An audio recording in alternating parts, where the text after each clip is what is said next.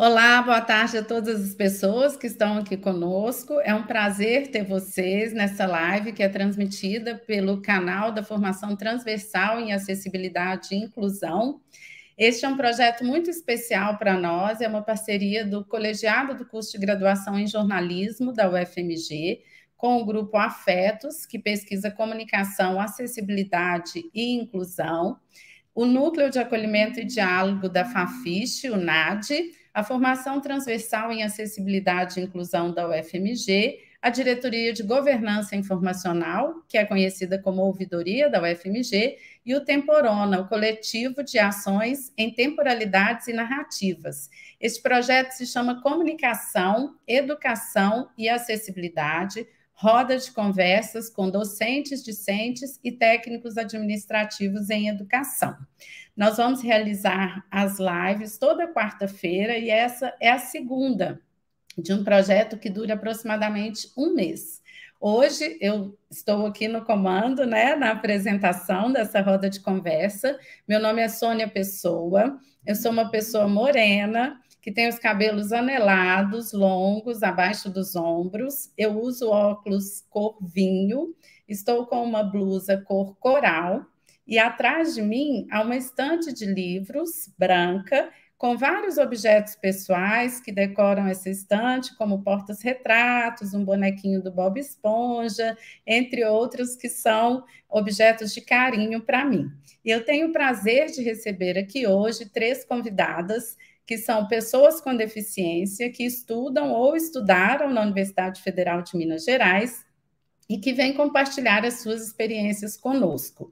Antes, porém, eu gostaria de agradecer os intérpretes de Libras que participam conosco desta transmissão. Para nós é um prazer poder contar com o Marcelo Souza e a Beatriz Diniz, e eles vão se revezar na tela durante a nossa conversa, fazendo a tradução para a língua brasileira de sinais. Então, eu vou começar trazendo a descrição do Marcelo, que é o intérprete de Libras. Ele tem cabelos pretos, curtos, usa óculos, tem barba, está com uma camiseta gola polo azul num fundo branco. Agora, então, eu tenho a oportunidade de agradecer as bolsistas do projeto, a Letícia, que é responsável pela transmissão, está sempre conosco, e a Luana, que atua no projeto PEDEG, no Colegiado de Jornalismo. Nós vamos passar, então, a palavra para as nossas convidadas. Eu vou começar com a Fatine Oliveira. Vou pedir a Fatine para se apresentar. Ela é mestre em comunicação social pelo PPG-Com da UFMG e vai falar um pouquinho sobre como ela se apresenta nessa live e um pouquinho também sobre o currículo dela. Boa tarde, Fatine. Muito obrigada por aceitar o nosso convite. Boa tarde, Sônia. Obrigada a você pelo convite. É um prazer estar aqui conversando com vocês para falar um pouco sobre essa experiência de ser uma mulher com deficiência ocupando um lugar na pós-graduação em comunicação. Antes de começar a falar, eu gostaria de fazer minha audiodescrição. Eu sou uma mulher negra de pele clara, tenho cabelo liso, na altura dos ombros, estou com um brinco de bolinhas de madeira, uma camiseta colorida com flores rosa e o fundo azul. Atrás de mim eu tenho uma parede azul, que é a parede do meu quarto, e ao meu lado, eu acho que é a esquerda da tela, ou direita, eu tenho uma parede branca com algumas estantes e livros. A gente vai estar aqui, né, Sônia, falando um pouco sobre essa experiência na universidade, e eu estou muito animada para começar a conversa com as minhas amigas aqui, também do grupo de pesquisa Afetos. Eu sou mestranda na UFMG em comunicação social, defendi a minha pesquisa ano passado. Você é mestre, Fatine. Ai, o que eu falei? Mestranda. Ai, gente, é porque a gente fica naquela posição assim, de estar sempre querendo aprender mais, né? Parece que nunca esgotou a pesquisa. Mas vou corrigir, eu sou mestre em comunicação social, eu defendi ano passado, inclusive a Sônia esteve presente na minha banca, e eu fiz uma pesquisa sobre fotografias de mulheres com deficiência no Instagram, onde eu pude ter a oportunidade de observar como que essas mulheres performavam o gênero feminino e também buscavam outras formas de trazer narrativas para suas vidas através da fotografia naquela plataforma. Então é isso. Obrigada, Sônia. Eu que agradeço. Agora nós vamos falar com a Mariana Silva, que é doutoranda no programa de pós-graduação em comunicação social da UFMG, e a quem nós também já agradecemos pela participação aqui na live. Boa tarde, Mariana. Boa tarde, professora Sônia. Boa tarde, meninas. Boa tarde ao pessoal que está assistindo e ouvindo a gente também, né? Muita gente põe o YouTube e ouve ao invés de assistir, enfim. Vou me autodescrever primeiro. Eu sou uma mulher de cabelos curtos, morena, cabelos ondulados. Eu estou usando um brinco prata com uma argola, uma blusa verde. Atrás de mim tem uma planta verde clara e uma estante vermelha com alguns livros e uma parede branca com um quadrinho vermelho.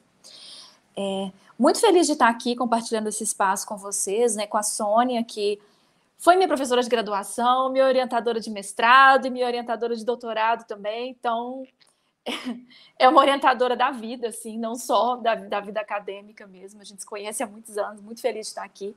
E também de estar compartilhando esse espaço com as meninas, que a gente já trocou tanto, já conversou tanto, né? Na época que tinha o cafezinho da Fafiche, por WhatsApp também. Então, estou muito feliz de estar aqui nessa tarde compartilhando um pouco das minhas experiências e das minhas percepções com todo mundo. Muito obrigada pelo convite. Obrigada, Mariana. Nós falamos agora, então, com a Sofia Mendonça, que também é mestranda do Programa de Comunicação Social da Universidade Federal de Minas Gerais e que nos dá o prazer da presença. Obrigada, Sofia. Boa tarde a todos e a todas. Sônia, é uma honra estar aqui nessa mesa mediada por você e com duas mulheres que eu admiro tanto. Eu sou uma mulher branca, cabelos lisos, castanhos na altura do ombro, uso um colar de coração vermelho, um vestido vinho com algumas florzinhas brancas. Atrás de mim tem uma parede branca. Aí eu confundo esquerda e direita, sou igual a Fatinha nesse ponto, mas enfim, eu sei que de um lado tem uma cortina, do outro lado tem um espelho e no meio tem um quadro azul. Eu sou jornalista de formação, atualmente eu sou bolsista da Fundação de Amparo à Pesquisa do Estado de Minas Gerais, a FAPEMIG, aqui na UFMG, e desenvolvo uma pesquisa sobre a interseccionalidade entre autismo e transgeneridade, como se dá a construção dessas narrativas de vida no Twitter. Eu estou muito grata e feliz por estar nessa oportunidade de troca, né, que a gente aprende tanto no Afetos, que essa interação é realmente aquele ponto da pesquisa que a gente aprende mais e pode se desenvolver e se aprimorar muito mais. Hoje, com o mestrado, eu já sou outra pessoa. Então, obrigada e vamos conversar e dialogar bastante hoje. Muito obrigada, Sofia. Eu aproveito para dar boa tarde às pessoas que deixaram um comentário aqui no bate-papo do YouTube. A Vera Rosa Morena, que é técnica do NAI, a Camila Mantovani e o Felipe Giacomi, que são professores da Universidade Federal de Minas Gerais. Nos cumprimentando também a Cecília, a Rita Cristina, a Brenda, o Alejandro, a Clara, o Romerito, todos muito bem-vindos, muitíssimo obrigada pela presença, e a nossa ideia aqui hoje é nós trocarmos, né, experiências. Então, para a gente começar, uma pergunta que sempre me fazem: professora, como é que as mulheres e as outras pessoas com deficiência vivenciam o momento pré-entrada na universidade pública. Como é que é isso, né? Muitas pessoas acreditam que não são capazes, outras pessoas acham que não é um mundo para elas, outras tentam mais de uma vez e isso pode provocar uma frustração, mas a gente sabe que essa não é uma situação específica de pessoas com deficiência, né? Então, eu queria que vocês nos dissessem assim, começando pela Fatine, como é que é esse desafio? Pensar em entrar na universidade pública e efetivamente conseguir chegar a ela, estar nela. Para mim foi a realização de um sonho, né?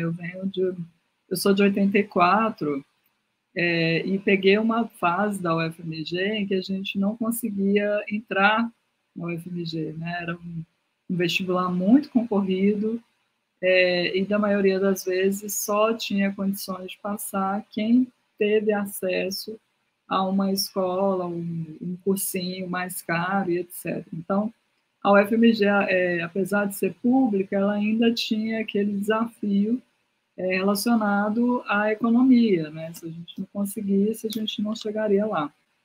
Então, para mim, quando veio a oportunidade, né, do Enem, para poder se utilizar essa nota para conseguir entrar, foi apesar, né, de eu ter feito o mestrado e ser um outro processo seletivo, eu percebi que era uma possibilidade de pensar em fazer parte daquele lugar, sabe, assim, então, quando eu já tinha essa ideia de fazer um mestrado na UFMG, mas eu não sabia como. Então, no meu caso, eu vinha de um processo já de longo amadurecimento, de um flerte com a academia, né? Eu frequentei o Afetos, né, antes de tomar a decisão, né, de fazer parte da pós-graduação. Eu fui amadurecendo aos poucos, conversando com algumas pessoas, amigas que já faziam mestrado, e eu vinha de um coletivo feminista, né, que é o coletivo feminista Helen Keller, onde já havia um coletivo feminista Helen Keller de mulheres com deficiência. Então, eu estava ali dividindo um espaço com outras mulheres que também tinham deficiência e que ocupavam esse lugar, né? Algumas eram doutoras, outras já tinham mestrado. Então, aquilo mostrou para mim que era possível, sabe? E que estar ali fazendo mestrado era, antes de tudo, um ato político, porque eu então pesquisaria coisas que, né, para mim, outras pessoas, por não terem deficiência, não teriam condições de estudar.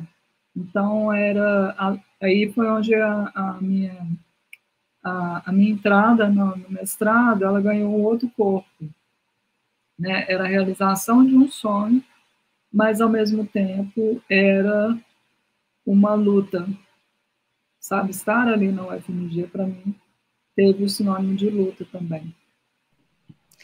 Mariana, para você, esse momento, né, anterior à entrada, ele se deu de um modo natural, como qualquer outro processo da vida, ou ele foi um processo de ansiedade, de medo, de duvidar da própria capacidade, assim? Como é que você percebeu isso? Então, antes de fazer a minha resposta, eu quero concordar com tudo que a Fatine disse. E a minha resposta vai ser, a essa pergunta vai ser um pouco um complemento ao que ela trouxe, porque eu queria falar um pouquinho sobre a questão da baixa autoestima intelectual que muitas pessoas com deficiência vivem. Porque a gente cresce, a gente tem uma formação no colégio, ainda que hoje existam leis de amparo, né? A pessoa com deficiência na educação formal e tal. Eu sou de uma época em que isso não existia, em que mesmo da primeira à quarta série, da pré-escola, era uma luta para que a gente continuasse frequentando esses espaços, para que a gente tivesse acesso a esse tipo de educação, né? Dos nossos pais, de alguns professores, não todos, assim, mas alguns professores entendiam o nosso potencial, a nossa capacidade. Então, você crescer tendo que provar para si mesmo que você consegue estudar e que você consegue fazer uma graduação, né? Eu venho de uma escola de uma faculdade particular também, que a forma de ver o ensino é completamente diferente da universidade pública. Então, a gente precisa também transpor essas barreiras o tempo todo, né? Quando eu pensei, na verdade, eu tentei mestrado na UFMG 2 vezes, assim, no primeiro processo eu não passei no segundo processo, mas teve todo um caminho antes, né? Eu não cheguei, tipo, acordei e falei, opa, vou fazer um mestrado e passei. Não foi assim que aconteceu, né? Eu precisei entender aquela dinâmica da universidade, fiz uma disciplina isolada, me preparei para submeter um projeto. Então, e também tive que me desconstruir e pensar comigo e conversar com carinho comigo mesmo. Tipo, olha, Mariana, essa empreitada que você está querendo, ela é grande, mas ela é possível. Vamos com calma que a gente consegue. Porque a maioria das pessoas com deficiência, não vou dizer todas, porque todo mundo é muita gente, mas a maioria das pessoas com deficiência cresce acreditando que não vai dar conta de estudar, não vai dar conta de se formar, ou pior, por que se formar? O que você vai fazer com isso? O que você vai fazer com esse conhecimento, né? Você não precisa disso, enfim. Então, tem todas essas questões pessoais que elas acabam reverberando também no coletivo, que interferem também na nossa chegada e também na nossa permanência, né, num programa de pós-graduação, que é o que a gente está conversando aqui hoje, né? Então, quando eu cheguei no mestrado, eu cheguei muito crua. A sensação que eu tinha no começo é que eu estava correndo uma maratona na última posição, assim. Então, eu fui entendendo mesmo aquele lugar, entendendo o meu lugar naquele lugar, porque essa questão que a Fatine traz de ser uma questão política, de ser um ato político a nossa permanência, é sim, mas você precisa ter uma maturidade pessoal muito grande para entender até onde você pode ir dentro desse papel político que você está ocupando, né? Que a sua pesquisa, que o seu trabalho ali é um tijolinho no meio de uma construção enorme, é uma folhinha que você carrega para você também não se sentir mal naquele lugar, para aquele lugar não ser desconfortável para você. E eu levo esse aprendizado do mestrado para o doutorado também, né? Que eu estou começando a desenvolver, assim, ainda tem um longo percurso, mas para entender que a minha permanência é política, mas precisa ser de uma maneira confortável também, né?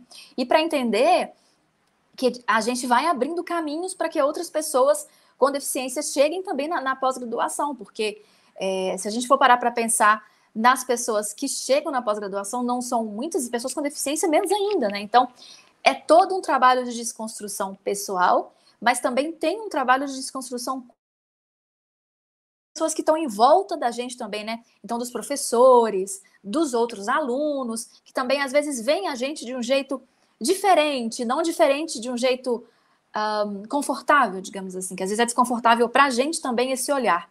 Então, são várias camadas e várias questões que a gente vai trabalhando e vai levando, e a pesquisa ajuda muito também. Sofia comentou uma coisa que eu achei muito legal no começo, né? Que a pesquisa transforma a gente, e é isso mesmo. A pesquisa transforma a gente, e que bom que ela faz isso com a gente, né? Obrigada, Mariana. Sofia, para você foi um pouco de tudo isso ou a sua experiência é muito diferente, assim? É interessante porque as respostas da Mari e da Fatine se complementam e se juntam as duas da minha trajetória, mas com uma diferença principal, que é a questão da geração. Como eu sou de 97 e tive um diagnóstico da minha deficiência relativamente cedo, eu consegui eu penso que isso me possibilitou já ter um olhar mais apurado para algumas coisas, inclusive um amparo familiar disso, que possibilitou que eu chegasse mais cedo do que elas, assim, na pós-graduação.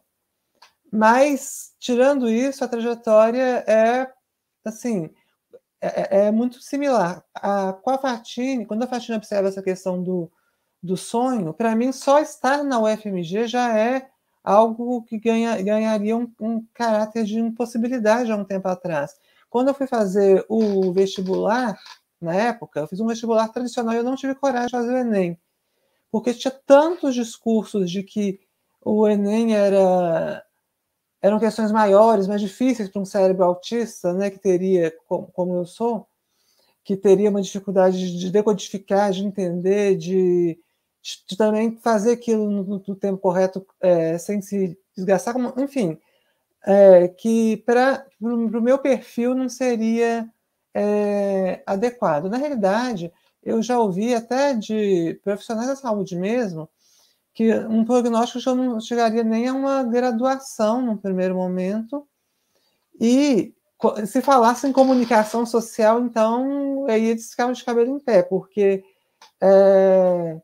é uma área que é justamente, se você olha lá os critérios diagnósticos do autismo, e até a Judy Singer, que é uma escritora, uma pesquisadora autista, vai problematizar isso, porque foca muito nos déficits e não nas causas, ou no que isso interfere efetivamente na vida da pessoa, mas o critério do diagnóstico do autismo principal é déficit na interação social, da comunicação social, está lá, comunicação social.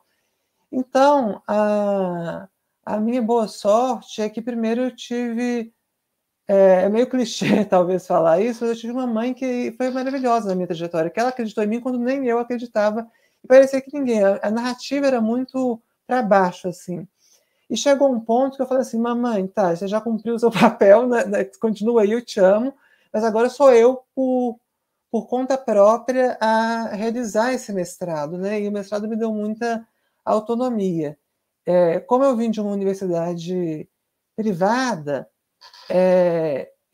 a própria dinâmica da UFMG é muito diferente para um cérebro que, né, tende a ter dificuldade com imprevisibilidades ou uma dificuldade, às vezes, de tomar iniciativa com algumas coisas, por não ter um repertório tão grande. Isso foi um desafio, mas nada que com o diálogo, e eu agradeço muito publicamente, inclusive a você, Sônia, que é a minha orientadora, né? Porque com esse diálogo a gente vai construindo isso. Então, é muito importante esse movimento. Quando eu entrei, como a Mari falou, eu me sentia alguém não despreparada, porque, né, eu fiz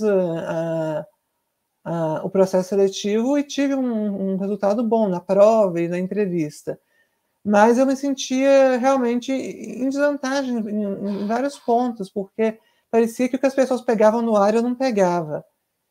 E do próprio percurso acadêmico mesmo. E aí agora eu já estou me sentindo, começando a ser mais madura e mais fortalecida nisso. Nós estamos aproveitando para registrar a troca de intérprete de Libras para descrever a Beatriz, que acaba de chegar aqui, que está conosco nos próximos 20 minutos. Obrigada, Beatriz. A Beatriz é uma mulher morena, de cabelos curtos, usa óculos, está com a camiseta azul de gola polo, com o logotipo do NAI, e no fundo a parede branca com um quadro que está à minha esquerda, mas talvez na tela a gente tenha um pouco de insegurança de dizer qual é o lado que os objetos estão, né? Bem, eu registro também alguns novos comentários aqui no bate-papo do YouTube, o Guilherme Coelho dando boa tarde, o Augusto Coimbra Lima dizendo que é bolsista do NAI, parabenizando pela ideia do vídeo, tema importantíssimo. A Rosângela Rodrigues dizendo que lindeza, gente, amando tudo aqui, o Eng presente. E a ideia dessa nossa roda de conversa é que seja um bate-papo informal e que vocês tenham liberdade também para falar sobre uma temática que muitas vezes é delicada para a pessoa com deficiência e é delicada também para a comunidade acadêmica.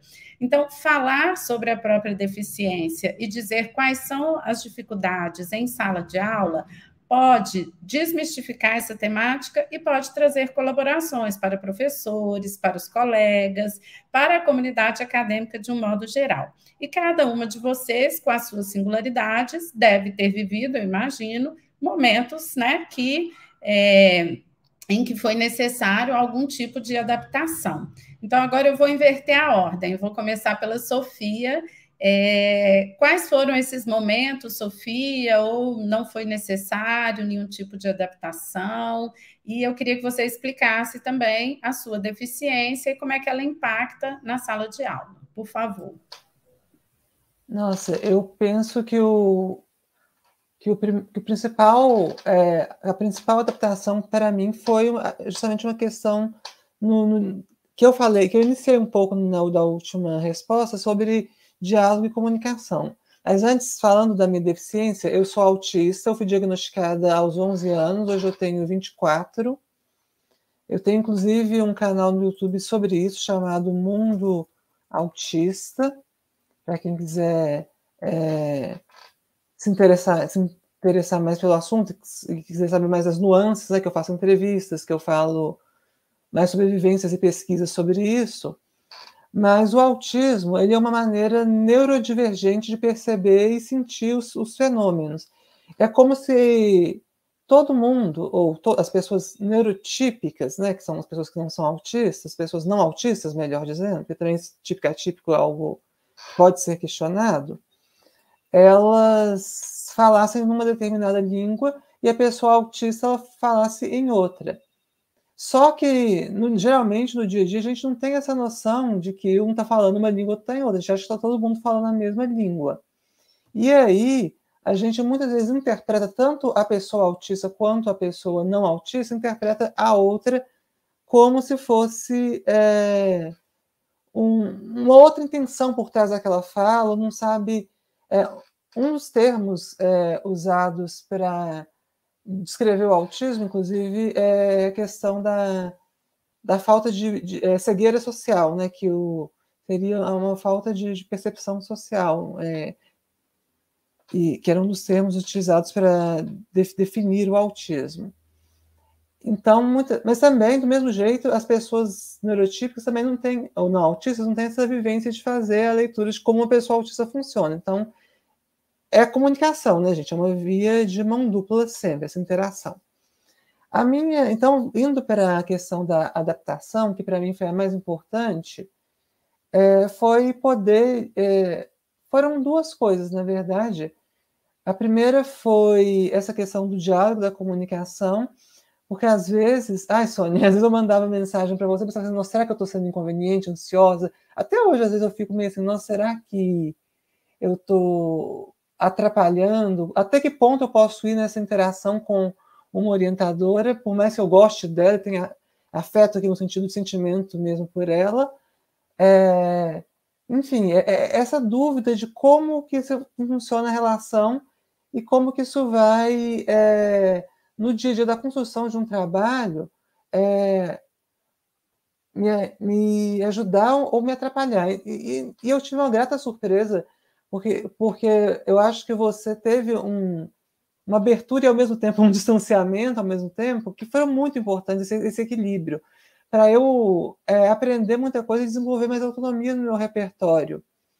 Porque, que era outra coisa que eu ia falar, outra adaptação, que muitas vezes eu pensava assim, nossa, eu não sei isso, eu não pensava que eu podia pesquisar um autor que sabia sobre isso, que eu já tinha falado sobre isso, eu não pensava nisso. Eu pensava só não sei, é uma rigidez de pensamento que fica até difícil de explicar em palavras para quem não vivencia isso. Então, com o mestrado, eu pude também lidar com algumas condições que são coexistentes ao autismo, mas que são quase que fazem parte do quadro assim, da pessoa, da vivência da pessoa.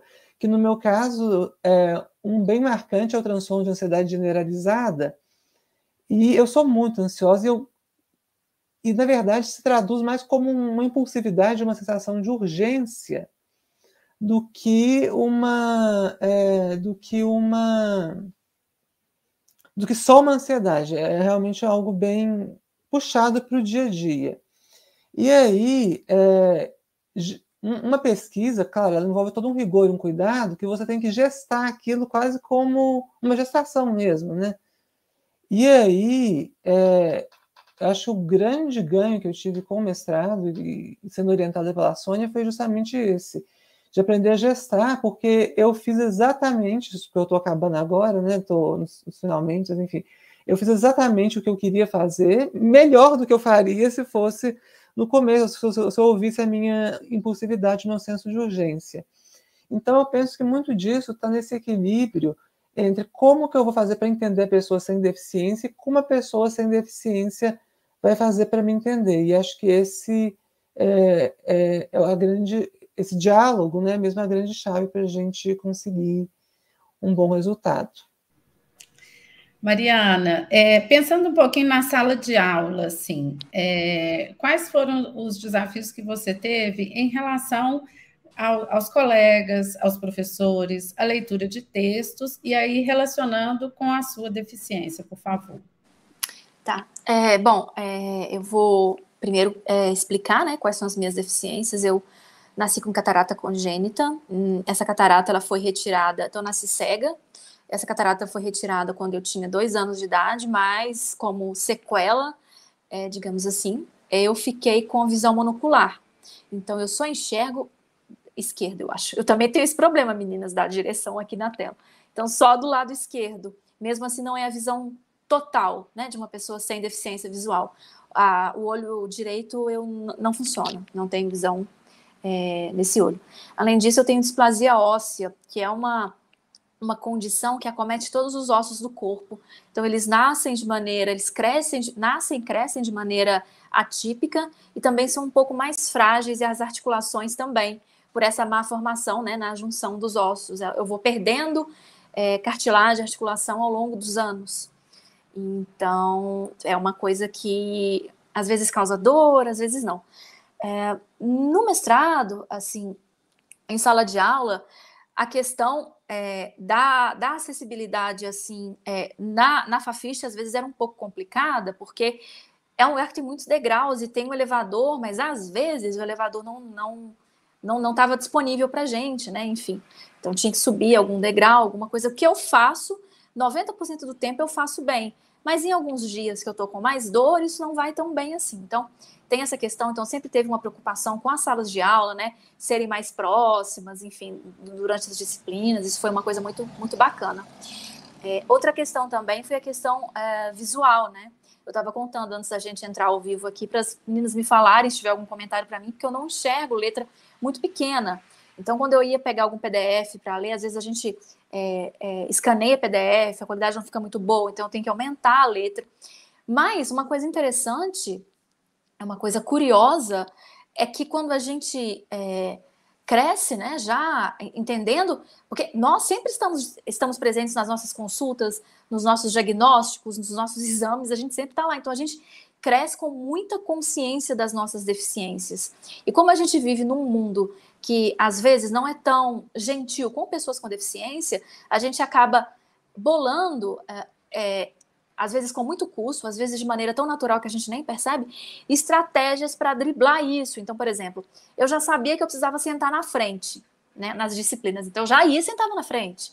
Ou então, às vezes, eu mesmo aumentava a tela, né, do computador, porque tem comando para isso, né, aumentava a letra do computador, ou então nos xerox, enfim. A gente sempre vai dando um jeito, né? Às vezes, um dia que meu joelho estava doendo, eu chegava para uma colega e falava, então, me dá o braço aqui para a gente ir subindo juntinho, assim. Você sempre vai arrumando estratégias de permanência, né, nos espaços. Não só na UFMG, como na vida, né? Já aconteceu de eu pedir, eu sou jornalista, então já aconteceu de eu pedir para aumentarem letras de pauta, para eu ir para a rua para fazer minha matéria. Então, a gente vai lidando com isso, né? Então, é um processo também, porque não sei se as meninas já passaram ou passam por isso, mas às vezes é difícil pedir ajuda. Por mais que a gente precise pedir ajuda, e todo ser humano precisa ter ajuda, isso não é, entre muitas aspas, benefício das pessoas com deficiência, é difícil porque a gente vive num mundo em que a fragilidade e a vulnerabilidade, ela é desvalorizada o tempo todo. Mas as pessoas se esquecem que a vulnerabilidade de um e a vulnerabilidade de outro faz com que essas pessoas se liguem de alguma forma e que a gente consiga estabelecer relações, estabelecer laços, né? Mas às vezes é difícil você virar para um professor e falar, então, professor, essa letra aqui não dá. Será que poderia aumentar? Porque você não quer se sentir inferior, ou você não quer se sentir que você precisa de tanta atenção, ou você não quer se sentir mal de alguma maneira. Então, é um aprendizado constante de quem a gente é e de como a gente está no mundo, né? De como estar no mundo também. Então, eu acho que as minhas principais questões em sala de aula são as questões visuais mesmo, de letra, principalmente de letra, assim, de aumento, né, de fonte. Também questões de acessibilidade, de escada, ou às vezes um elevador que não está disponível num dia, né, num dia que eu tô com dor, enfim. Mas as coisas foram acontecendo da melhor maneira possível e eu sempre contei com apoio, então acho que no final das contas deu tudo muito certo. Antes da Fatine falar, eu vou registrar aqui alguns comentários novos. A Regina Ribeiro cumprimentando a gente, bate-papo importante, parabéns em nome do NAI, o Núcleo de Acessibilidade e Inclusão. A Terezinha Rocha, que é da Missão Gestora da Formação Transversal em Acessibilidade e Inclusão, nossa colega, cumprimentando, a Sara Pauliello, a Vanessa Silva, todas muito bem-vindas, obrigada pela participação, assim como as demais pessoas que estão aqui conosco e que já deixaram seus comentários, e também aquelas que ainda não se manifestaram. Podem ficar à vontade para escrever aí no bate-papo do YouTube. Fatine, pensando a relação entre a sua deficiência, o deslocamento em cadeira de rodas, as relações com professores e com colegas, quais foram os desafios e as contribuições assim que foi possível a sua permanência no mestrado na UFMG? Certo. Eu vou dividir minha resposta em duas etapas, que eu acho que vai ficar mais fácil as pessoas compreenderem. Antes de começar, a minha deficiência é uma distrofia muscular de forma progressiva. Então, distrofia muscular é um tipo de doença que vai retirando ao longo dos anos a sua capacidade de locomoção, porque ela vai enfraquecendo a musculatura do corpo. E ao passo que ela vai enfraquecendo a musculatura, ela também enfraquece os ossos. Então, por esse motivo, eu utilizo cadeira de rodas desde os 8 anos de idade. Quando eu entrei na UFMG, eu logo fui acolhida pelo NAI para que eu pudesse falar um pouco sobre quais seriam as minhas necessidades. Então, se eu iria precisar de um mobiliário especial ou não, como é que era.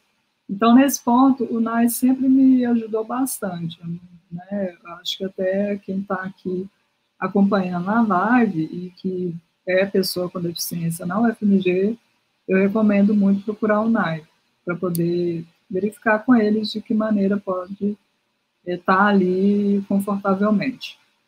E uma das coisas que, para mim, foi muito, né, forte é a minha dependência de outra pessoa. Então, o que eu quero dizer com isso? Em virtude da minha doença ter progredido ao longo do tempo, eu estou um pouco nervosa, por isso que eu estou gaguejando. Você está em casa, este é um ambiente seguro, uma mesa feminina, fique tranquila. É porque faz muito tempo que eu não vejo vocês, então eu estou super empolgada. Mas vamos que vai dar certo. Então, a minha doença, ela avançou de modo que eu preciso da presença de outra pessoa para fazer coisas simples, como poder ir ao banheiro, por exemplo. Então, esse foi um mega problema para mim no primeiro semestre em que eu estive presente na UFMG. Como ir ao banheiro, sendo que eu não tenho uma pessoa aqui presente comigo o tempo todo. Então, diante de todo esse dilema para mim, eu tive condições de chegar ao NAI e de solicitar essa ajuda, que naquele momento ainda não tinha sido pensado, né, nesse tipo de atendimento ao aluno. Até pelo que foi me dito quando eu procurei, que nenhum outro aluno tinha colocado isso em questão. E eu achei muito interessante, porque eu dei uma sugestão que foi pensada. Hoje, essa sugestão ela foi acolhida, ou seja, todo aluno com deficiência que necessitar da ajuda de alguém para ir a um banheiro, por exemplo, ou para fazer algumas coisas, ele já tem condições de ter essa pessoa com ele, pelo NAI. E eu fico muito feliz porque foi algo que eu sugeri e que eles observaram que era uma questão a ser resolvida, sabe? Então, eu estou trazendo isso aqui porque eu acho importante também falar, deixar isso claro aos alunos, né? Que se você tiver uma demanda que ainda não foi pensada, leve essa demanda a si mesmo, leve sugestões, porque às vezes a adaptação que você está pedindo, as pessoas ainda não pensaram nela. Porque as pessoas sem deficiência, não são elas que vão dizer para nós aquilo que nós necessitamos. Somos nós que temos que falar com elas qual é a ajuda que nós precisamos. E como naquele momento ainda não tinha esse tipo de pessoa que pudesse me ajudar, eu tive, então, a ajuda da minha orientadora, Camila, que além de ser a minha orientadora, foi uma grande amiga em todo o processo de pesquisa, e tive a ajuda de mais 2 amigas, que foram a minha irmã e uma outra amiga que ia ao UFMG, já estava na UFMG, e aí eu combinava os horários que eu precisava ir ao banheiro. Além disso, né, a própria Sônia, que está aqui também, já me auxiliou quando foi necessário, e com o passar do tempo, algumas alunas também me auxiliaram. Então, em um primeiro momento, isso foi um problema para mim, porque eu precisava reconhecer aquela necessidade do meu corpo, que ainda era novidade para mim, né? E à medida que eu fui reconhecendo isso, eu fui conseguindo, então, explicar às pessoas qual era o tipo de ajuda que eu precisava. E ia explicando como que elas poderiam me ajudar. Foi um processo muito bacana, porque eu já recebi relatos de colegas de mestrado que passaram a observar a vivência das pessoas com deficiência de outra maneira. E justamente por conta dessa experiência, né, de estar ali com uma pessoa com deficiência que precisa da ajuda para ir a um banheiro, e eu tenho um jeito muito único meu, eu falo aqui dessa maneira, porque quando alguém me oferece ajuda, eu procuro tornar aquele momento o menos constrangedor possível, tanto para mim quanto para aquela pessoa. Não apenas porque eu sou uma pessoa legal, eu quero deixar tudo. Não, porque é um momento de troca. E é uma troca muito singular, é uma troca muito pessoal.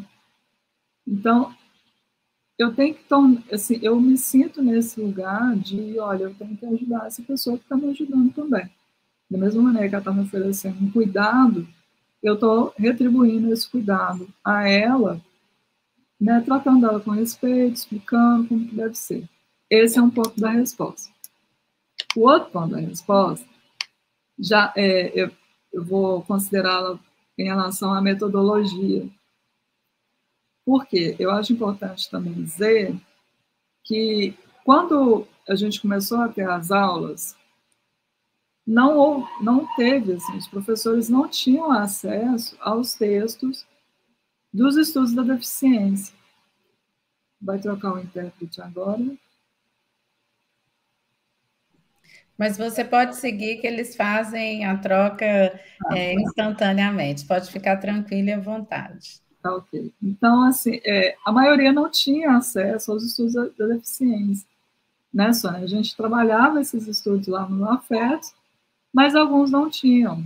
E eu acredito que isso também deve ser uma questão para muitos alunos com deficiência que estão na pós-graduação.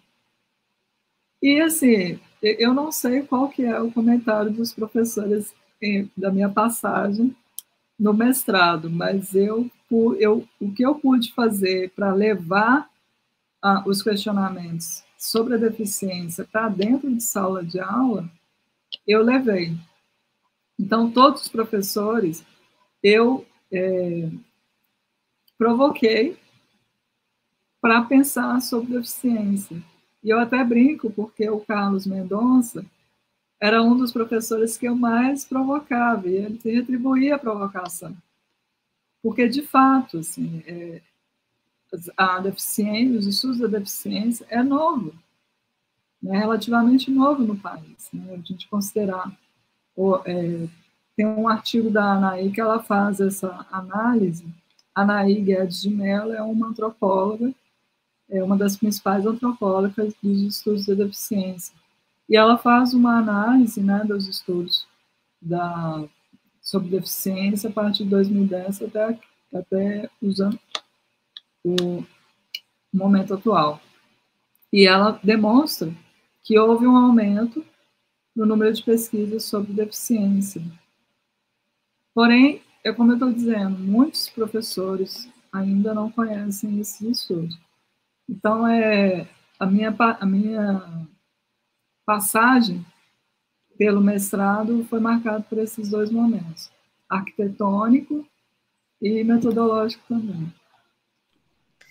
Nós damos as boas-vindas a todas as pessoas que chegaram e vêm chegando aqui na live, né? Lembrando que este é um projeto do Colegiado do Curso de Graduação em Jornalismo, em parceria com o Afetos, o Grupo de Pesquisa em Comunicação, Acessibilidade e Inclusão, o Núcleo de Acolhimento e Diálogo, o NAD, da Fafiche, a Formação Transversal em Acessibilidade e Inclusão da UFMG, a Diretoria de Governança Informacional, conhecida como Ouvidoria, e o Temporona, coletivo de ações em temporalidades e narrativas. O projeto Comunicação, Educação e Acessibilidade, rodas de conversa com docentes, discentes e técnicos administrativos em educação, tem o objetivo de desmistificar a deficiência, de falar sobre experiências, sobre direitos, de uma forma simples, uma linguagem acessível e que possa servir de referência para outras trocas, em sala de aula, na comunidade acadêmica e também em outras instituições.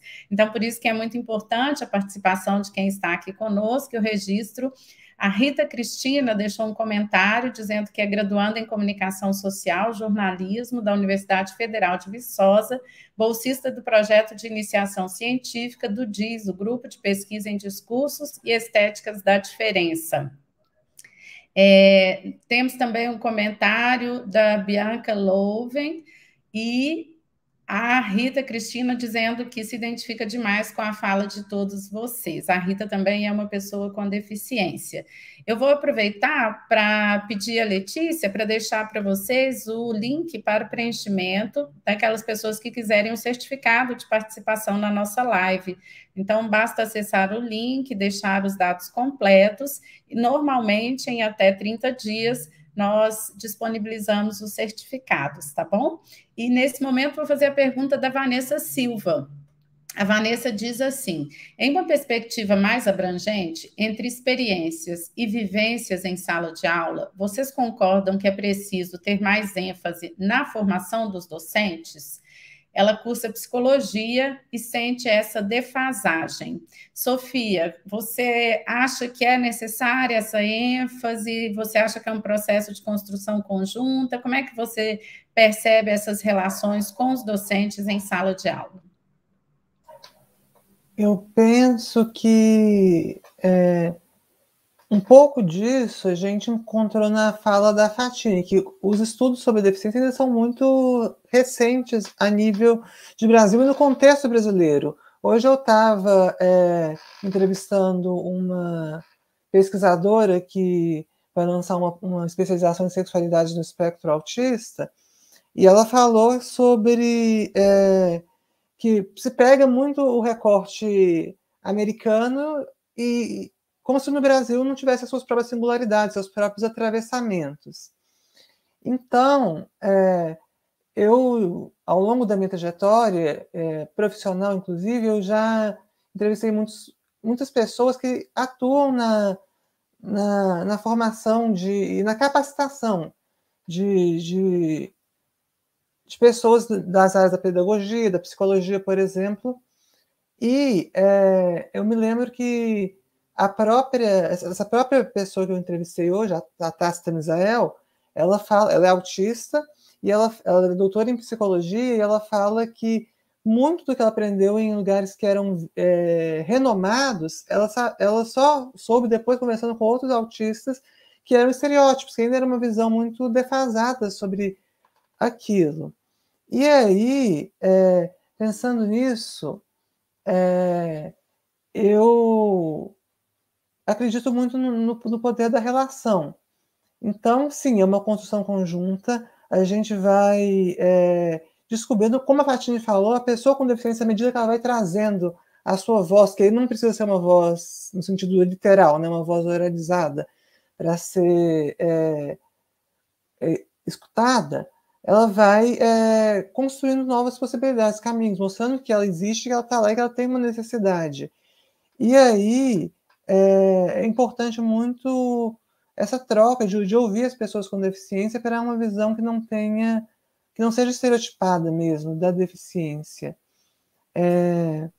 No caso do autismo, aqui na UFMG mesmo, a gente tem a professora Maria Luísa Nogueira, Maria Luísa M. Nogueira, que ela dá uma disciplina que é super inédita, que é sobre neurodiversidade, que é o paradigma e o conceito criado pela Judy Singer, baseado no modelo social da deficiência, que é muito diferente do que se encontra ainda na formação de psicólogos, pedagogos e pessoas que vão trabalhar com inclusão ou, enfim, com pessoas com alguma questão similar, provavelmente. Então, acho que é isso. A gente precisa ter essa abertura, ter essa paciência com o recorte histórico que a gente vive também e se abrir para a construção, para o diálogo e para o estudo. Mas uma coisa que eu sempre falo nas minhas palestras é que o que mais fez diferença não era... Claro que um estudo sobre a deficiência é sempre válido, a pesquisa é muito importante, nós somos pesquisadoras, não é à toa. Mas entender de gente, entender de educação e estar aberto, é o primordial, assim, para você estar aberta a inclusive entender da deficiência e da singularidade dessa pessoa, que não é só a deficiência, né? Ela traz vários outros atravessamentos consigo. Obrigada, Sofia. Mari, queria mudar um pouquinho o tema, mas sempre, né, dentro do escopo que a gente está abordando, pensando na política de cotas para pessoas com deficiência. Nós sabemos que é sempre um assunto bastante polêmico, né? Tanto na graduação quanto na pós-graduação, e você especificamente entrou no processo seletivo e foi aprovada na pós-graduação, no mestrado, antes da política de cotas ser implementada no programa que você cursou. Já no doutorado, você entrou na política de cotas, né, numa vaga para pessoas com deficiência. Então, você tem as duas experiências, assim. Faz diferença? É realmente importante a política de cotas para pessoas com deficiência na graduação e na pós-graduação?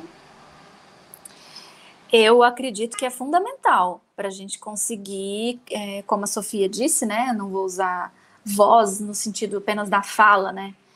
Para que a gente consiga ampliar os nossos discursos, para que mais pessoas com deficiência consigam chegar nesses espaços de conhecimento, de formação e de produção de conhecimento também. Assim, quando eu entrei no mestrado, eu me lembro que as discussões sobre um possível edital suplementar, elas estavam começando, e eu acompanhei, eu fui uma das que perguntou, quanto que vai sair? É importante que saia, eu mandei, enfim, me movimentei também, de alguma forma, né, da minha forma, para que isso saísse. No doutorado, né, já estava implementado, tudo articulado, porque as pessoas com deficiência, elas vivem, assim, uma situação que às vezes é complicada. Eu comecei minha fala falando sobre essa falta de autoestima intelectual, mas é porque muitas pessoas com deficiência desistem da educação no meio do caminho, porque acham que não vão dar conta, porque acham que não vão ter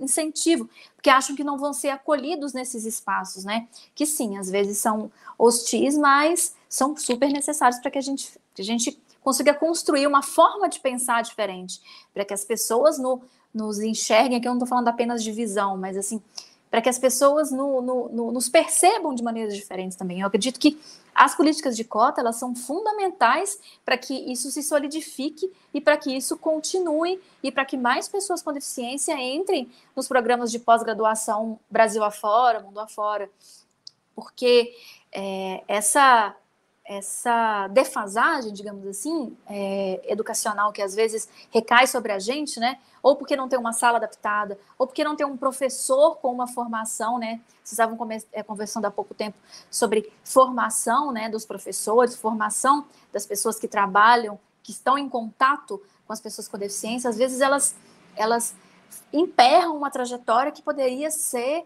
muito frutífera, né? E as cotas, elas estão aí para dizer que, olha, a gente tem aqui esse espaço, ele é importante, e que as pessoas com deficiência também, elas pleiteiem essas cotas, né? Porque existem casos de pessoas, eu já ouvi isso, né? Como a gente está falando de experiências aqui, eu vou trazer, de pessoas com deficiência que às vezes não vão nas cotas, porque, eu vou entrar com cota e não sei o quê. Mas isso é fundamental para que a gente consiga marcar presença nesses espaços, para que a gente consiga estar presente nesses espaços, né? Para que a gente consiga pertencer também, assim, e para que os professores, os técnicos, os colegas nos enxerguem também, né, para que a nossa presença faça diferença na construção desses saberes e na construção também das formações e como é que essa transmissão de saber vai acontecer, né, porque quanto mais pessoas com deficiências diversas estiverem presentes nos programas de graduação, nos programas de pós-graduação, enfim, mais as pessoas vão entender que a diferença, ela existe e ela é complementar, né? Ela não é, como eu ouvia quando eu comecei minha educação, a gente não está aqui para atrasar uma turma, a gente está aqui para acrescentar, a gente está aqui para somar também, por isso as cotas, elas são fundamentais, eu acho que elas são um caminho para uma melhoria de panorama mesmo, para o que a gente está trabalhando aqui, nessa live a gente está trabalhando, nas pesquisas a gente trabalha, nas conversas de corredor a gente trabalha, e com as cotas também a gente trabalha para melhoria desse panorama onde a gente está inserido. Então eu vejo essas políticas como fundamentais, assim, e como uma transformação nos próprios programas de pós-graduação, né? Porque, como a Fatine comentou, que ainda existe pouco conhecimento, poucos estudos sobre deficiência no país, com pesquisadores com deficiência nos programas que a gente consegue aumentar, né? Caso seja do interesse também das pessoas com deficiência, porque não é porque uma pessoa ela vive a experiência da deficiência que necessariamente ela vai pesquisar a deficiência, mas se for do interesse dela, para que a gente consiga trazer mais estudos. Então, para isso, a cota é abertura de caminho. A política de cota, ela é abertura de caminho sólida e segura para que essa transformação vá acontecendo de passinho em passinho. Então, eu vejo isso como fundamental e defendo, eu ouço as críticas que possam vir, mas eu defendo com toda a veemência que esse é o caminho para uma mudança mesmo, de paradigma, mudança de olhar mesmo. Obrigada, Mari. A Clara Thaís está dizendo que entrou na graduação pela política de cotas para pessoas com deficiência, e só no momento do cadastro, que ela pôs entre aspas, é que soube que isso era possível. Não é algo muito divulgado, faz muita diferença. A Sara Paoliello disse que o debate sobre deficiência muitas vezes não é nem citado nas discussões sobre minorias em grande parte dos espaços acadêmicos, desculpa. Essa observação que a Sara traz é muito importante, né? E no Afetos e também nas discussões com colegas como o Romerito, que está aqui nos assistindo, com o Carlos Guedes, né?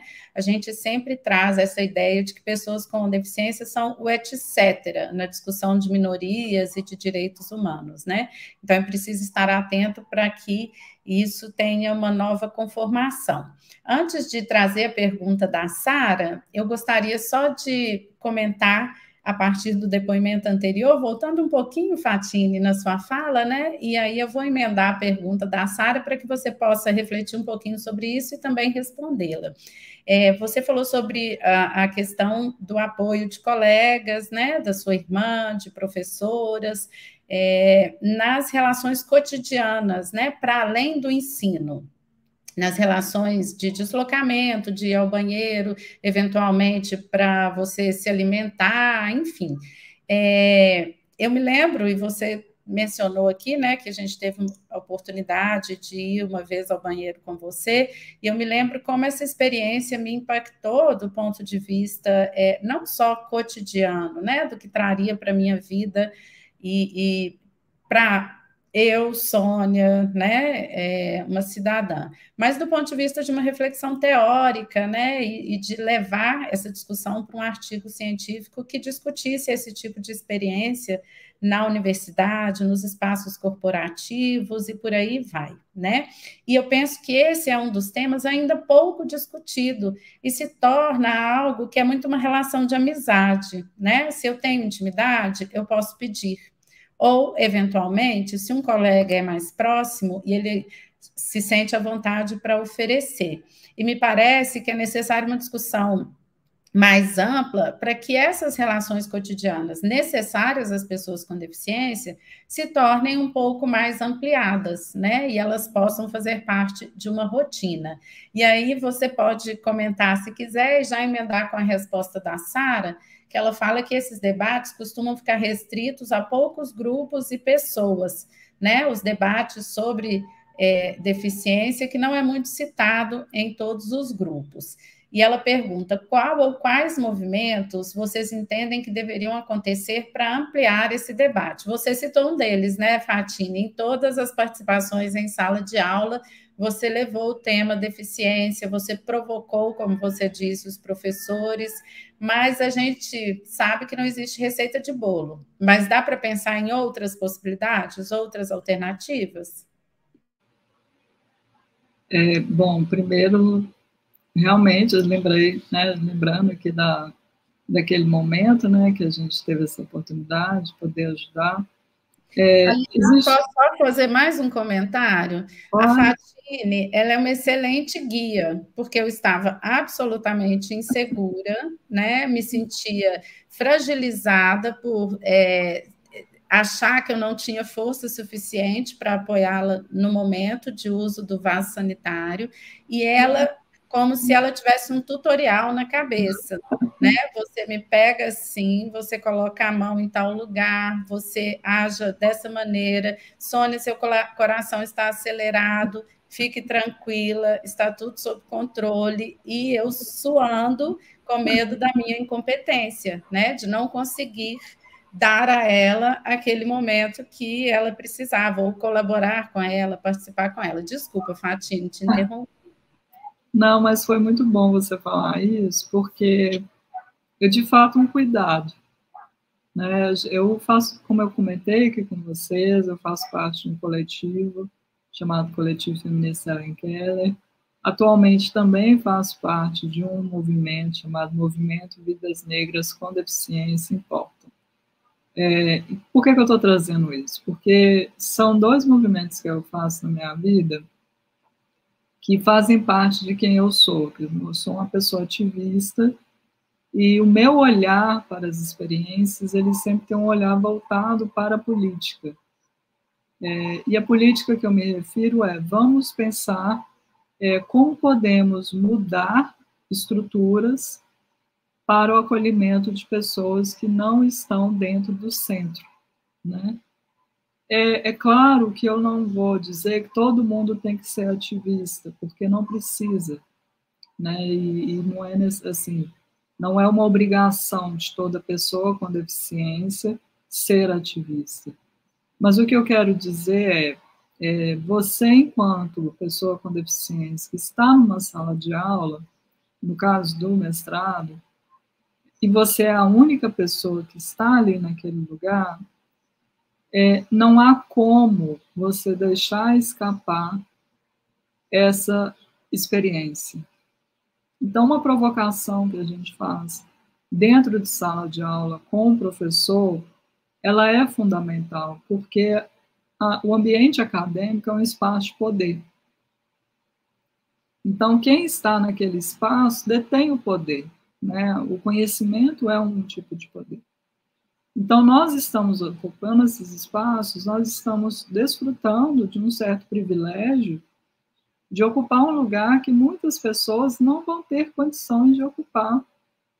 E aí, assim, fazendo uma consideração rápida sobre a questão das vagas, é fundamental a gente ter essas medidas afirmativas, porque nós estamos aqui, nós temos condições de estar aqui financeiramente de alguma medida, mas existem muitas outras pessoas com deficiência que não terão, e que esse acesso vai ser prejudicado, né?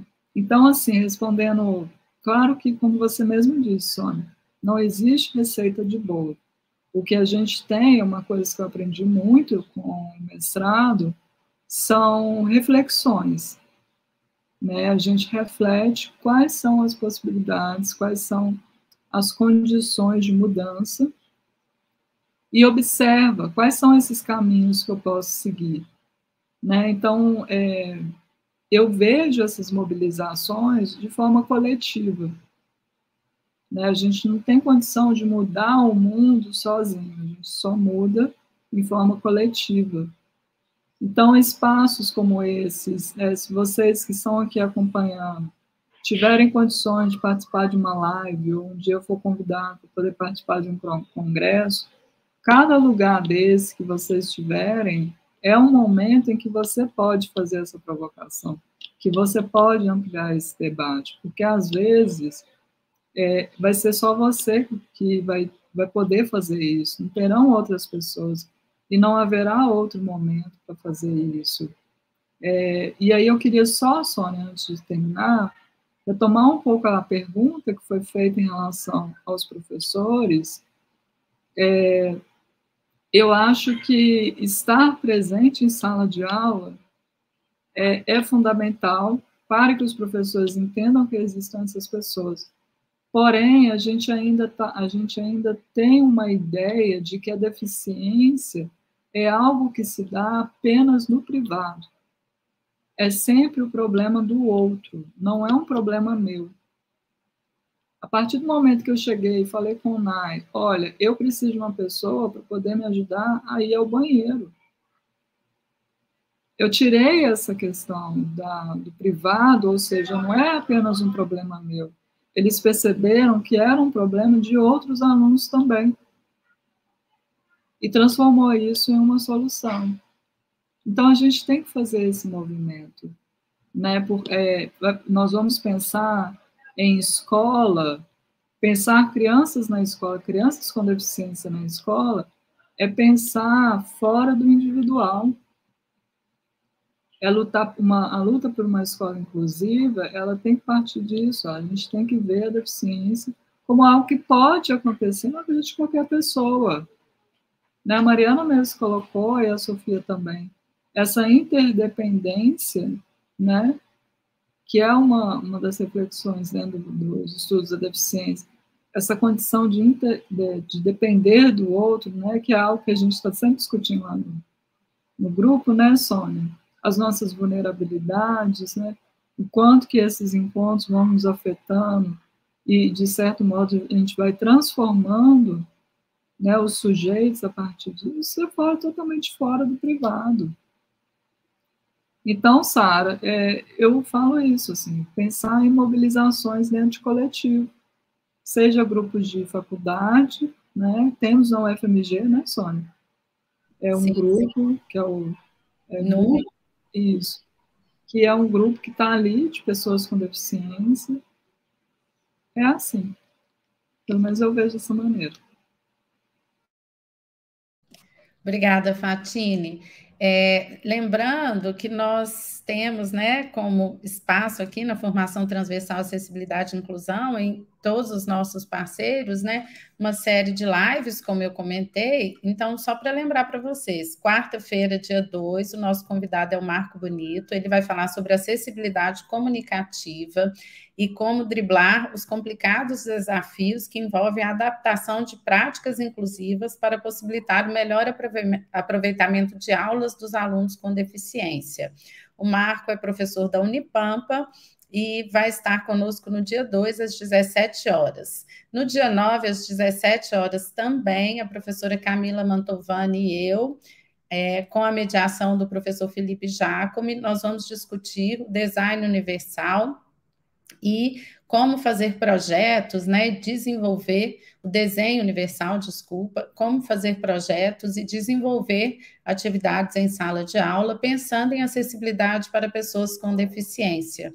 E, para finalizar, no dia 16/2, também às 17 horas, a Flávia Maia, que é doutora em Linguística pela Pontifícia Universidade Católica de Minas Gerais, vai falar sobre audiodescrição e atividades com imagens, também pensando em sala de aula.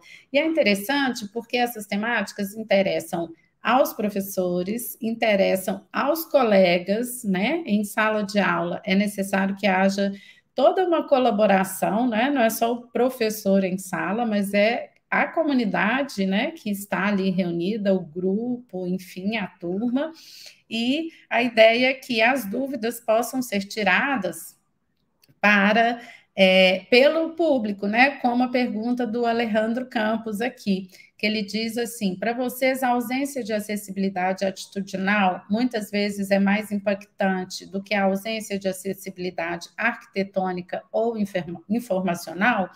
Alejandro, há vários tipos de acessibilidade hoje, né? Então, a acessibilidade atitudinal, que é mencionada na legislação e em vários documentos de direitos humanos, em alguns grupos de pesquisa na comunicação, por exemplo, a gente tem trabalhado com acessibilidade afetiva. Então, eu estava agora há pouco lendo a dissertação da Sofia, né? Então, vou pedir para ela responder assim.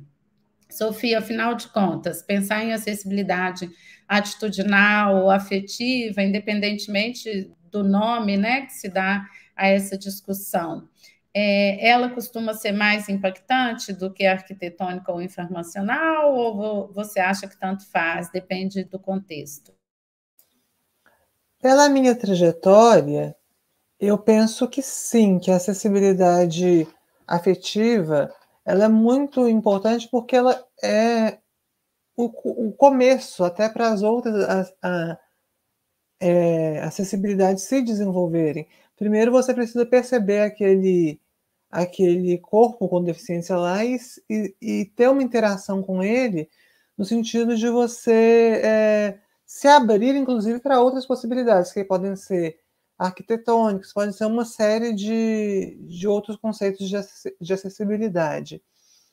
Então, eu penso que, pelo menos na minha visão, né, mas eu penso que sim, que a acessibilidade afetiva, ou atitudinal, né, sendo a acessibilidade afetiva uma forma da acessibilidade atitudinal, eu penso que ela e eu gosto muito desse termo, acessibilidade afetiva, eu penso que ela é crucial, que ela é realmente o ponto primordial.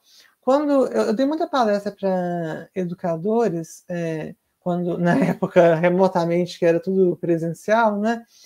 E eu sempre falava uma frase que as pessoas gostavam muito, mas um dia eu tive que explicar para uma determinada pessoa, que era assim: a lei abre a porta, o afeto, nesse sentido mesmo de afeto, de ser afetada, né? Convida a entrar, mas é o amor que permite permanecer. Aí alguém me falou assim: mas é fácil falar amor quando não tem isso, não tem aquilo, não tem aquilo outro. Aí eu falei assim: não é um amor piegas de um modelo caritativo da deficiência. É um amor de eu vou buscar uma solução, eu vou levantar-me só para descobrir meus aliados, e aí nesse momento esse amor que dá sangue nos olhos e brilho nos olhos para correr atrás do que você realmente deseja e do que realmente vai ser bom para todo mundo. Porque a acessibilidade ela não é boa só para a pessoa com deficiência, ela permite um coletivo muito melhor. Obrigada, Sofia. Registrando aqui o comentário da Camila Mantovani, ampliar essa discussão na universidade é fundamental, parabéns pela iniciativa. Obrigada, Camila. Mari, uma pergunta que as pessoas sempre fazem: já teve algum momento em que você olhou para o ambiente acadêmico, a universidade, e falou: isso não é para mim, o que eu estou fazendo aqui? Eu vou desistir de tudo, eu vou para outro lugar. Enfim, isso passa pela cabeça de algumas pessoas com deficiência ou eu estou enganada? De forma alguma. Inclusive, na minha dissertação, tem uma parte que eu escrevo sobre todas as vezes que eu pensei em desistir. Então, está documentado, eu não posso mentir nessa resposta. Mas, sim, é um ambiente, assim, que ele... Engraçado, né? Eu estou aqui fazendo uma reflexão livre mesmo aqui nessa live agora, para quem está acompanhando. É um ambiente curioso, porque ao mesmo tempo que é interessante estar lá, porque é um ato político, porque a gente promove mudanças, porque a gente está construindo um conhecimento, né? A gente está trabalhando pela construção de conhecimento, porque a nossa presença abre portas, etc e tal. Também é um ambiente, às vezes, muito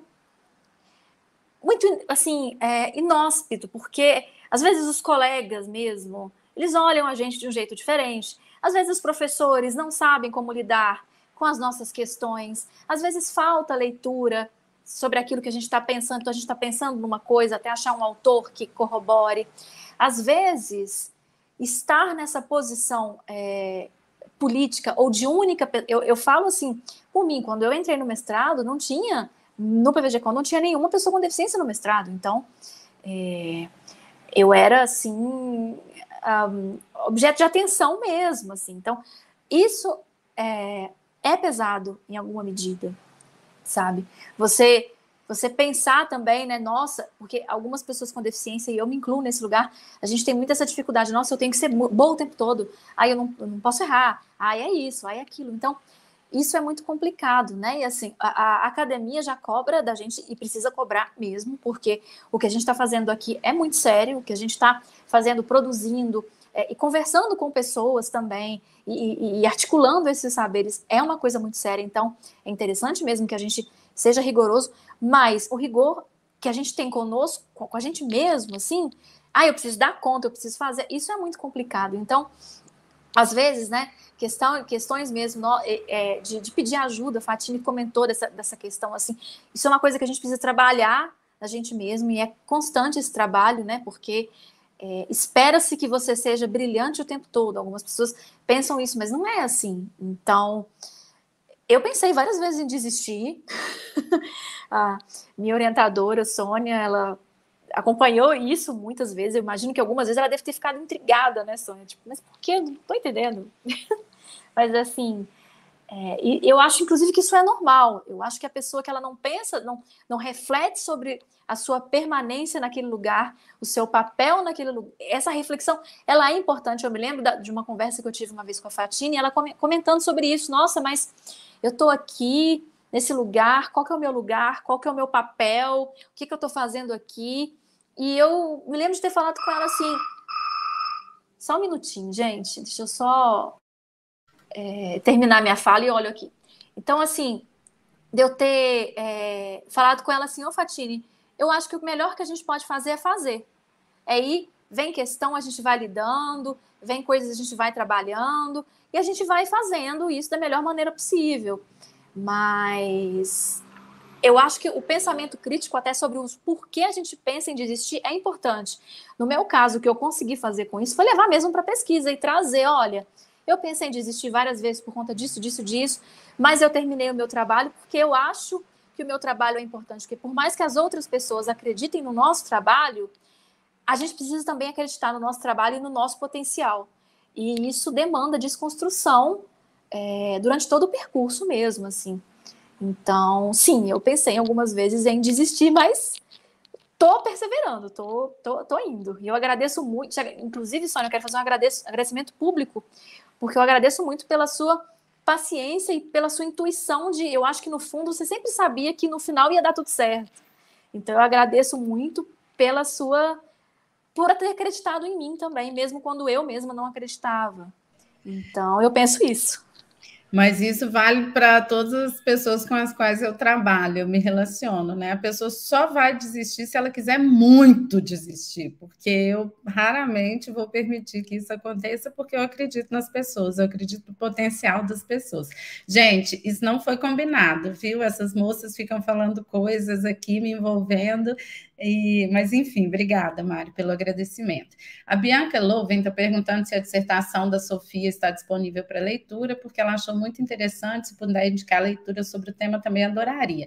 Bianca, eu vou te pedir um favor, assim como as outras pessoas interessadas, que fiquem de olho no Instagram do Grupo Afetos, porque a Sofia está finalizando a escrita, eu estou fazendo a leitura, inclusive neste exato dia, da versão final da dissertação dela. E nós costumamos divulgar as bancas de defesa, de dissertação, de doutorado, de mestrado, nas redes do Grupo Afetos. Então, por favor, fique atenta, nós vamos divulgar, e assim que for defendida e disponibilizada para o público, vocês vão ter acesso e vão ficar sabendo.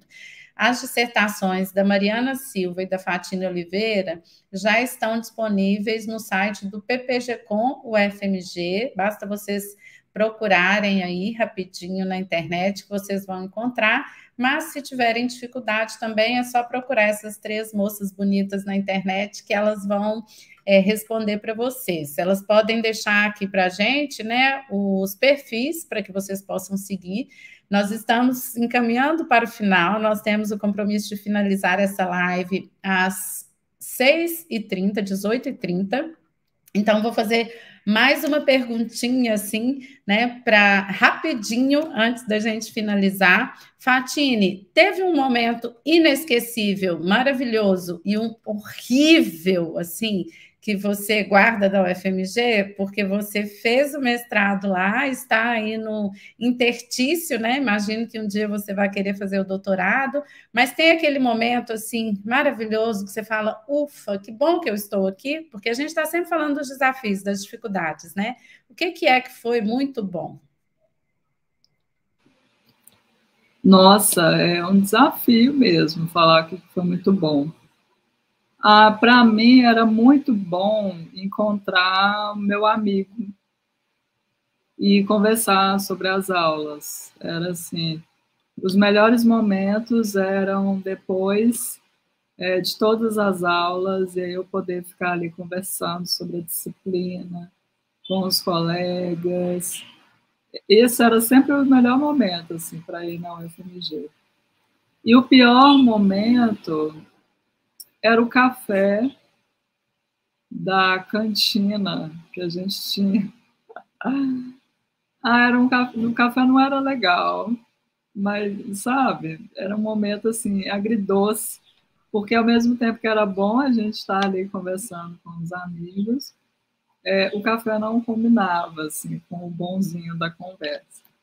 Mas, porque, assim, eu até queria rapidinho falar, eu tive essa experiência híbrida, né? Eu fiz o primeiro ano na UFMG, na Farfish, e o segundo ano em casa. E foi no segundo ano que a Sofia entrou. E é uma das coisas que eu lamento muito, a gente não ter tido a oportunidade de se encontrar nos corredores. Porque as conversas em corredor com os outros colegas, sobre as disciplinas, era algo que ajudava muito nas nossas pesquisas, né? Ter essa troca, esse autor, o que você está achando? Então, é algo que eu senti muita falta durante o ano de pandemia, sabe? E talvez seja essa uma coisa ruim que teve. Sofia, rapidinho, hein? Temos 4 minutinhos aqui. Para quem está em casa nos assistindo, ouvindo, quem está sonhando em entrar em uma universidade pública, quem pretende fazer uma graduação ou uma pós-graduação numa universidade pública, o que você diria nesse momento? Pensando, né, que você está em um espaço, em um território de interseccionalidades, né? Você é uma mulher autista, trans, e aí, em alguns momentos, algumas pessoas que também se encontram em territórios outros, diversos, né, podem se sentir acuadas com esse espaço que vocês comentam que pode ser gentil, mas também pode ser hostil. Então, uma palavrinha para esse pessoal.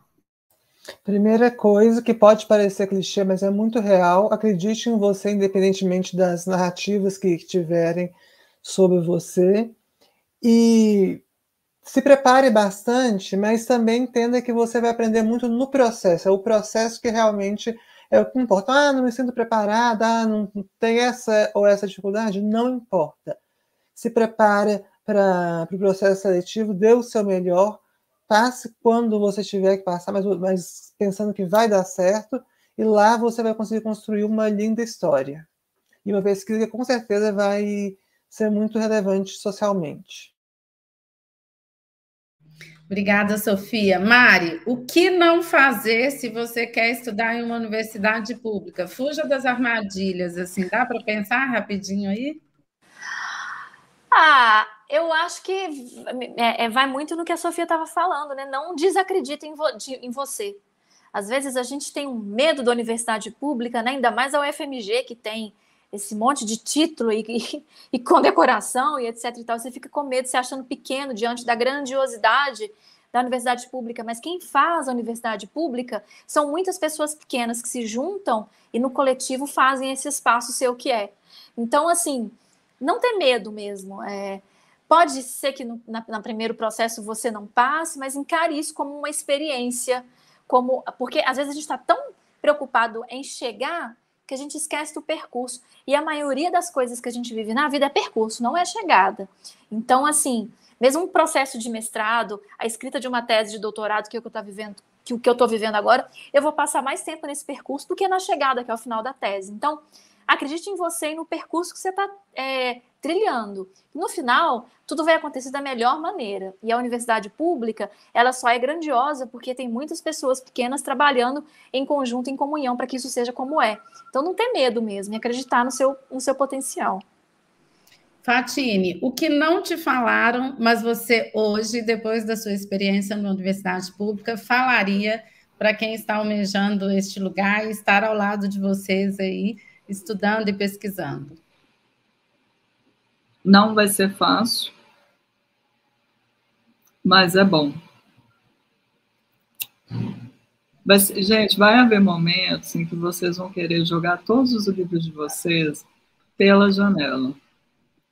Mas confia, porque até jogar os livros pela janela faz parte do processo. Então vai ter momento muito ruim, mas vai ter muitos momentos em que você vai bater o olho no texto e vai falar, nossa, é isso, era isso que eu estava querendo. Então é ruim, mas vai ficar bom. Meninas, então estamos encerrando a nossa live de hoje. Do projeto PEDEG, o Projeto de Desenvolvimento do Ensino da Graduação, que tem o apoio da Prograde, realizado pelo colegiado do curso de graduação em jornalismo da UFMG, em parceria com o Afetos, Grupo de Pesquisa em Comunicação, Acessibilidade e Inclusão, Núcleo de Acolhimento e Diálogo, o NAD da Fafiche, a Formação Transversal em Acessibilidade e Inclusão, a Diretoria de Governança Informacional, a Ouvidoria, e o Temporona, coletivo de ações em temporalidades e narrativas, que estão todos unidos nesse projeto sobre rodas de conversa sobre comunicação, educação e acessibilidade. Eu agradeço a Letícia e a Luana, que são as bolsistas que nos apoiam, agradeço a Beatriz e o Marcelo, que são os intérpretes de Libras, que estiveram hoje conosco. Agradeço enormemente a participação de todas as pessoas que nos acompanharam aqui na live. Tem um último comentário aqui da Bianca. Gratidão e parabéns a todas. Muito necessária essa discussão. A Rita, obrigada demais pela partilha, foi incrível. Espero que vocês estejam aqui conosco nas próximas lives, né? Toda quarta-feira, às 17 horas. E agradeço com muita gratidão no coração a presença da Fatine Oliveira, da Sofia Mendonça e da Mariana Silva, que gentilmente abriram espaço na agenda lotada. Gente, elas são celebridades, elas não gostam de dizer, mas elas são.